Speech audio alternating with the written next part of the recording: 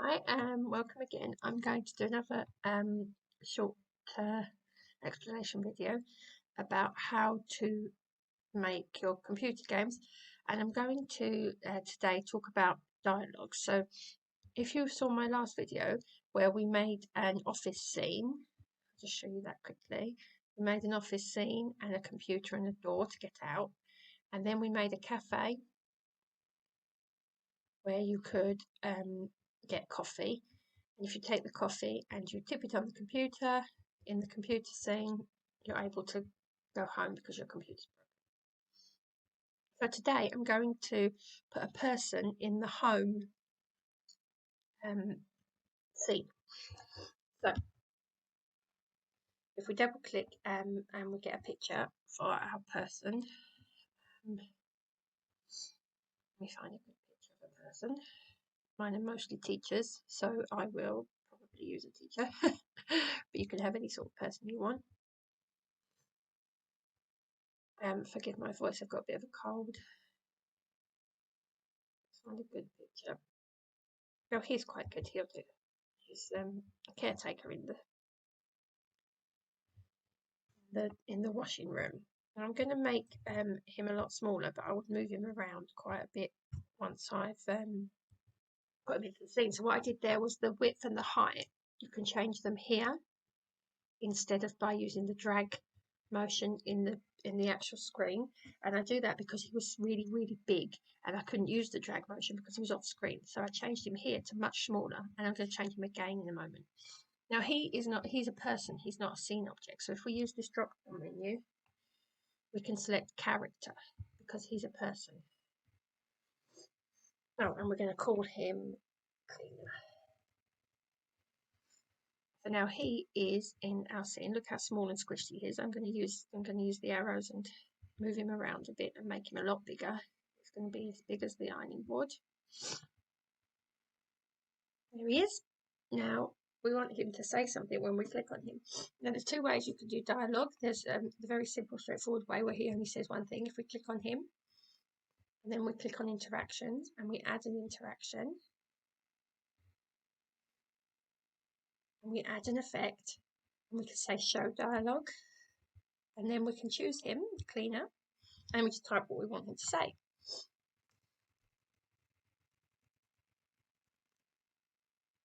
Oops, I'm fed up with cleaning. Messy room. So then if we clicked on him, that's what he would say. Now you'll see next to the dialogue there's this little mic where you can actually record what he's saying and have him say it as well. But I'm not going to do that today, but this is a really good way to add dialogue and audio to your game. Okay, so let's close that. I'm going to make a start at home so I don't have to break the computer again. This little green flag next to the scene tells you where you're going to start when you play the game. I move it around a lot to test different scenes, but when the game is excuse me, when the game is actually finished, you put it on the scene you want them to start on. Right, so let's test the game. I restart the game. Okay, now here we are in the home, and if I click on him, he says, I'm fed up with cleaning this messy room. Yeah, me too, Cleaner.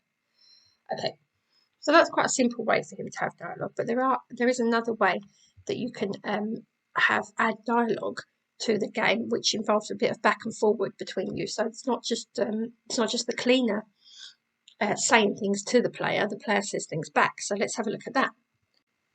So we click on him like this, and now instead of interactions, which is the one that we've used a lot, I'm going to click on dialogues here. I'm going to create a dialogue variable. Variable is just like a box in the game, and it holds on to all the things that the game needs. So for example, if you want to give them money, if you want your player to pick up money, you need a variable box that they put the money in so the computer knows how much money they've got, things like that. It's just a box to hold information or hold things. So we're going to put our dialogue into a box and tell the computer to hold on to it. We're going to create a dialogue box, a dialogue variable, and then you start with the initial conversation. So we're going to click that. And here you can see he says blah blah. We don't really want him to say blah blah. That's not helpful to us. So we're going to have him again say, I don't want to clean up your mess. I don't want that to happen. Okay, so the first thing he says, excuse me, the first thing he says when we click on him is, I don't want to clean up your mess. Fantastic. But we're going to say something back to him. Now, there's 3 options here. You can have him stop talking, the conversation ends. And if it ends, when they click on him again, it goes back to him saying, I don't want to clean up the mess. That's the same step. Or you can let him have a choice, and you can put up to 5 different choices of the things that you say back. Or you can move on to a different conversation. We've only got one at the moment, so this drop down doesn't give us any others. But if we made other conversations, after saying, I don't want to clean up the mess, he might move on to a different one. This might sound a little bit complicated. Don't worry about it too much for now. For now, we're just going to go with propose a choice. So first of all, when you start your initial conversation, you have him say what you want him to say when they click on him.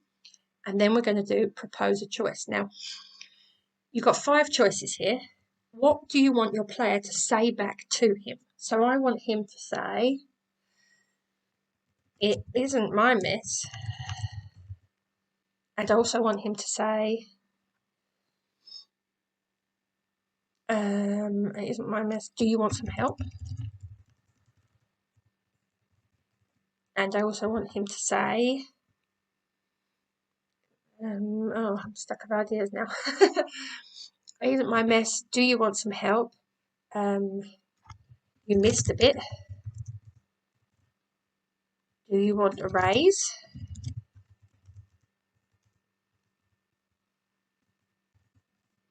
And you don't have to use them all if you don't want to, so I'm only going to use those.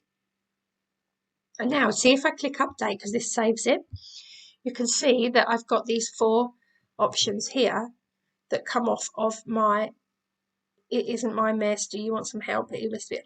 But they all go back to the initial conversation, which means that when the cleaner says, if you look at it, it's almost like a map. I don't want to clean up your mess. This is this part here. He says, I don't want to clean up your mess. And then I've got these 4 options here. And if he says, if we say back to him, it isn't my mess, he then goes back and says, back to the initial, I don't want to clean up your mess. Well, we don't want that. We don't want to have him say, I don't want to clean up your mess. I don't want to clean up your mess. I don't want to clean up your mess. We want something else to be said. So you create a new step, and we're going to call this my mess. You can call it anything you like. And now when we say to him, it isn't my mess, we've got an option from the drop-down menu to have him respond with whatever my mess might be. If I click update, you'll see it moves over here. So again, it's like a tree. So let's change the response to, again, it starts at blah, blah. Click on this pencil. And instead of blah, blah, we want him to say something else. So if we say to him, it isn't my mess, he's going to say, it belongs to someone. There you go. So now, if we go back to the initial, I don't want to clean up your mess. Then we say, it isn't my mess. And then it goes to the answer, my mess, which is, well, it belongs to someone. So that's great. So now we need another step, because the second option for the player is, do you want some help? So we create a new step called help. And do you want some help from the drop down is going to take him to say in help. Again, click update. And click on help. Again, he says blah, blah, so we want to change. And he's going to say, I don't want help. I want you to do it. There we go. Again, all of these have the recording option, so you can record what he's saying. Back to the initial. You missed a bit, so let's have a new step for missed a bit. Call this a bit. You can call it anything you like, it doesn't matter. And for missed a bit, when we say missed a bit, we want to turn that into bits. You can see they all flow into each other. It's like a flow chart. So when we say you missed a bit, he's going to say back, I haven't started yet.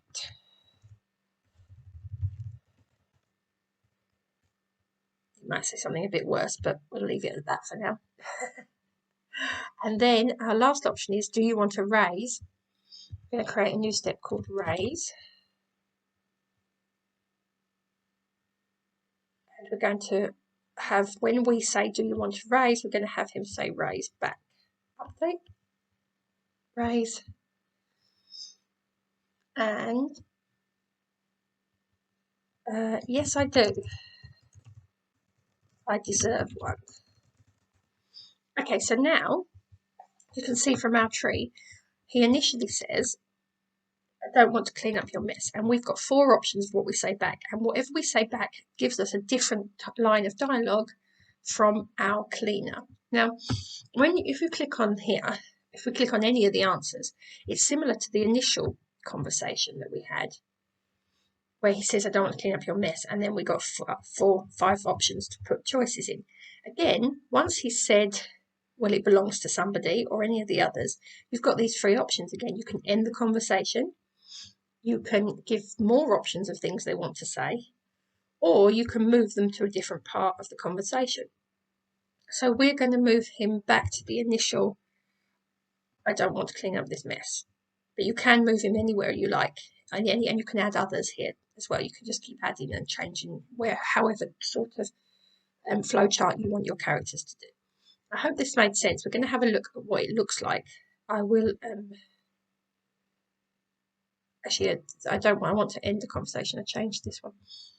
So in my mess, if I'd selected move back to initial, he would say again the same thing, but I want the conversation to end.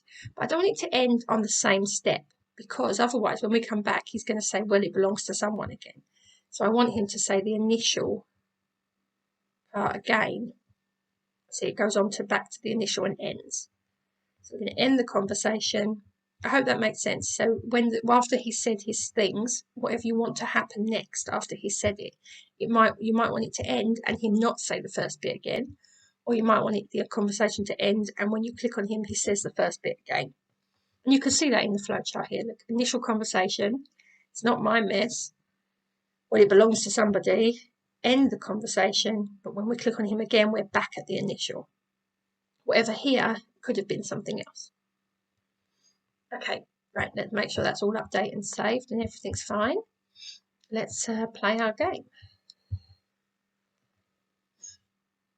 Oh, I didn't actually, there was one thing I missed. I'll come back, sorry, before I do that. We come back to our interactions. We can see here that I don't need this anymore because I've already got a different conversation already going on. So I'm just going to delete the previous interaction I had, because when they click on him, it's going to conflict with the dialogue I created. Whoops. Okay, let's start the game.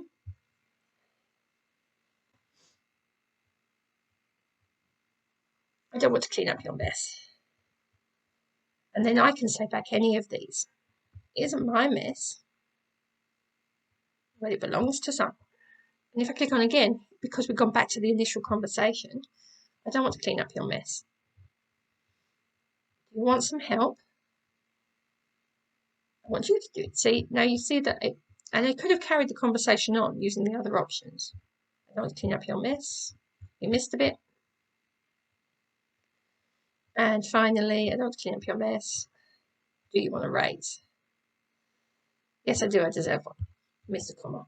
Okay, so that's how you add dialogue to your game. I hope this was helpful. I'm very sorry about my croaky voice. I wanted to get this video out and because I had a good idea for doing it, and I hope you enjoyed.